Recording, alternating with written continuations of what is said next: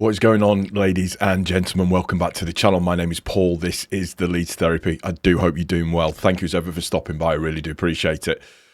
On the screen, you will be seeing all of my socials. If you can make sure that you give those a follow for me.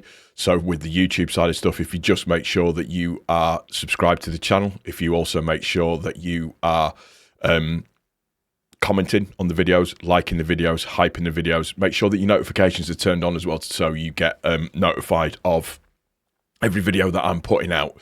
It's a bit of a quiet one at the moment because of the international stuff that's going on. So yeah, it's what you expect around international breaks and all of that kind of stuff. It's great fun. It's hard out here for us content creators. Also as well, if you're listening on the audio version of this video, just make sure that you're liking it. We're on which ones are we on now? We're on Spotify and we're also on Apple as well. So on your favourite podcast app, just make sure that you're liking the video for it, downloading it, all of that good stuff, sharing it around. And as I said, I would be greatly appreciated for that. Today's video, what we're going to have a little chat about is the finances of Leeds United. The 24-25 accounts have been published so far for us, and headline, I would probably say that it's very, very, very positive. In my absolute humble opinion, I think it's very, very positive. And I just want to focus on Kieran Maguire, who is a very knowledgeable finance expert. And I generally tend to listen to what he has to say when it comes to revenue and clubs and all of that kind of good stuff. He generally has some very, very good stuff to say, and he's always worthwhile listening to it. And what he's got the good ability of doing is disseminating financial information, which is stuff that it's over my head of capability. So sort of the headline for it, as I look at it, what I would say is that there is some competency in terms of who is now looking after us and what we're actually doing, sensible people in charge, and I do think that what we're being shown is positive as well.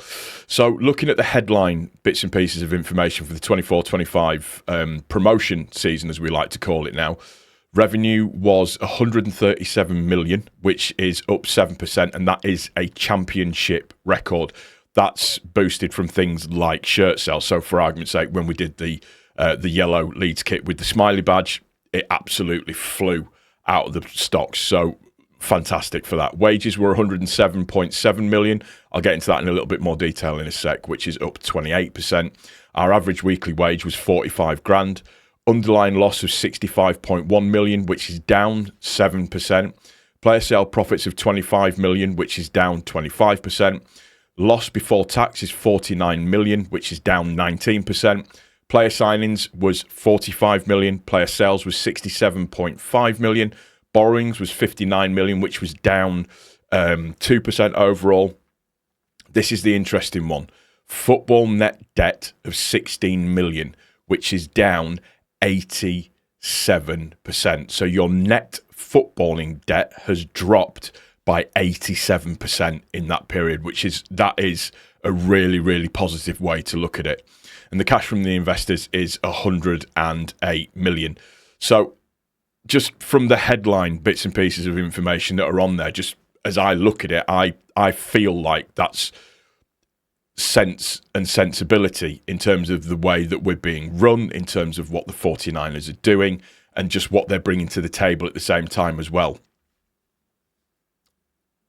The whole thing with regards to the wage, which was the which made for interesting reading overall, was that, let me just see if I can pull this up. So the championship wages for 24-25, we were by some distance the highest spending in wages at 103 million pounds.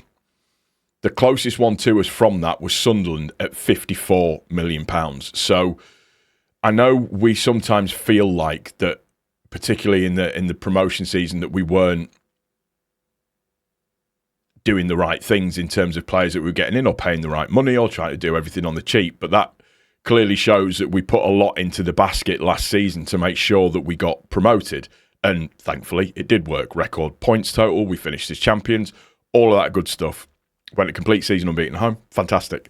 It was really, really, really, really, really interesting to see this, particularly when you look at Sunderland as well on 54 million.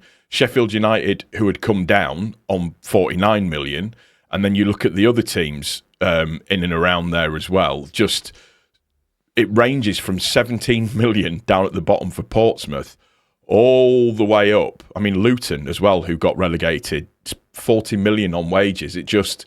We absolutely blew everybody out of the water in terms of wages. So, I mean, I suppose on the other side of that, you could look at it and go, well, yeah, we should be absolutely walking the league, but paying people the most amount of money doesn't necessarily mean that you're going to walk the league or do anything really, really spectacular. You have to have the team together that are going to, do that for you and help provide that. Just interesting to see. But like I said, for me, the main standout point about the figures is that they show, for me, that we are being run very, very, very sensibly, and we have proper business people at the helm, and they're doing the right things. Sure, would we like them to spend more money in January? Yes, of course we would. But they seem to be, and I don't want this to seem like I'm trying to make it like the 49ers are absolutely amazing, they're incredible, blah, blah, blah. That's not what I'm saying. What I'm saying is that they are doing things sensibly. And for the first time in a long time, I feel like we're on the business side of stuff, we're a properly run club, which is nice to see and nice to experience for once in a while. Conversely, as you look at it, there's other news that was put out today. And just before anybody says anything as well, I know Burnley isn't on there, so it's interesting to note that Burnley, Blackburn Rovers, Sheffield Wednesday, surprise, surprise, Swansea City, they're yet to disclose their 24-25 wage bill, so that's why you won't see them on that list as well that I was just actually going through. So that was provided by The Athletic.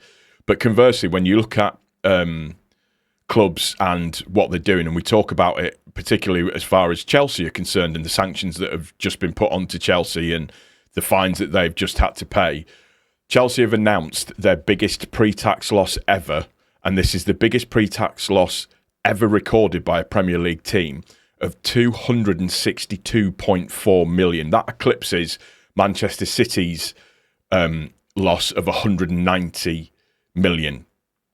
And the thing that's really interesting about this is you go straight to agent fees on that, and £65 million was spent on agent fees by Chelsea, which is more, I believe, than any other club in the Premier League. Conversely, when you look at us, Leeds United, as a newly promoted Premier League club, 13 million on agent fees, which is still a huge sum of money, no matter which way you look at it. But just it shows that the dichotomy between the top and the bottom and the way that it all works. It just looks, the top six and what they can do and the amount of money that they can actually spend, and it's that thing of cheating. Not cheating. It's that thing of being a sustainable business, but being able to lose 262.4 million. And that's also factoring in that I think their revenue is going to be in and around about, I'm pretty sure it was said, about £700 million in terms of turnover. Let me just check and see where that is. If I was correct in that one, because I'm pretty sure Ben Jacobs did quite a huge, but did a piece on this, and he said that Chelsea confirmed the biggest pre-tax loss in Premier League history. The club's £262 million deficit for 24-25 is £65 million more than Manchester City declared in 2011. This compares to a profit of £128.4 million for Chelsea in 2023-2024. Now, interestingly, when you look at that £128 million profit, so over the space of about 3 years, they've lost in excess of about 350 million quid. It's nuts. So they had the highest player sales in 2025, but they also brought in 490.9 million in revenue, the second highest total in their history. So this was largely due to a top four finish, winning the Champions League and the participation and victory at the Club World Cup. This is the point here. The understanding is that the revenue for 25-26 is projected to increase to approximately 700 million, and this would mean a total revenue increase of around 50% since the new people took charge. But here's the other side of things. Chelsea women posted an overall loss of 17.1 million, and they've generated revenues of 21.3 million, with an increased revenues record of 3 million, with the average league attendance exceeding 10,000 per match. And this is the funny line that Ben Jacobs put at the end of this, is that Chelsea expect to remain compliant with all regulatory requirements. And that is the bit that just absolutely seems so weird for me. And again, as I mentioned it, when you look at the FA data, and again, this is from Ben Jacobs, so appreciate that. So 460 million spent on agent fees between 4th of February 2025 and 2nd of February 2026. So Chelsea have spent £65.1 million during this period. Leeds, conversely, have spent, let me just see so I can just get that in there. Leeds have spent 13.9 million. Everton have spent the least, no, actually, no, sorry, I tell a lie. Burnley have spent the least on agent fees in that. But far and away, the largest spenders on agents fees is Chelsea. And it's just mental how all of that can roll into together, and that they can still be compliant with the regulatory needs. It makes no sense whatsoever at all to me. But that's just me probably not fully understanding the finances and the way that the revenue comes in. But what it does actually show as well is that the jump that needs to be made from the bottom half of the table to the top half of the table when it comes to competing, it's almost a closed shop. Because unless your revenue is near $1 billion, it's going to be tough for you to be able to compete. And that's why things like the stadium redevelopment need to happen, because we need to bring in more match day revenue.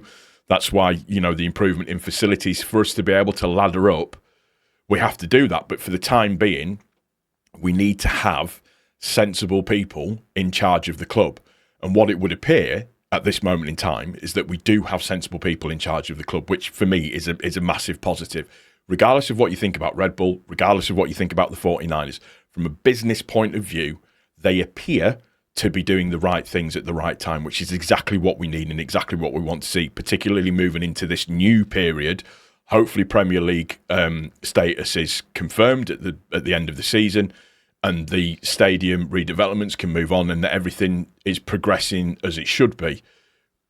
It's just very, very pleasing to see. I just thought it'd be interesting just to talk about the Chelsea side of stuff, because that is mental. I mean, if we posted losses of 262.4 million, that would be the end of Leeds United as a club. We'd go into administration again. It's just mental what clubs can get away with in terms of their finances. That's going to do it for this one, guys. I do hope you've enjoyed it. If you have, please don't forget to click the like button. I'm really interested to hear what you think down below, how you feel about the finances that have been put out, and whether or not you think it's a positive thing as well.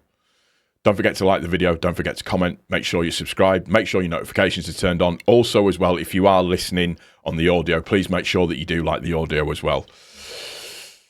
Take care of each other. Most importantly, please take care of yourself. That's the most important thing. We'll see you on the next one, guys. Cheers.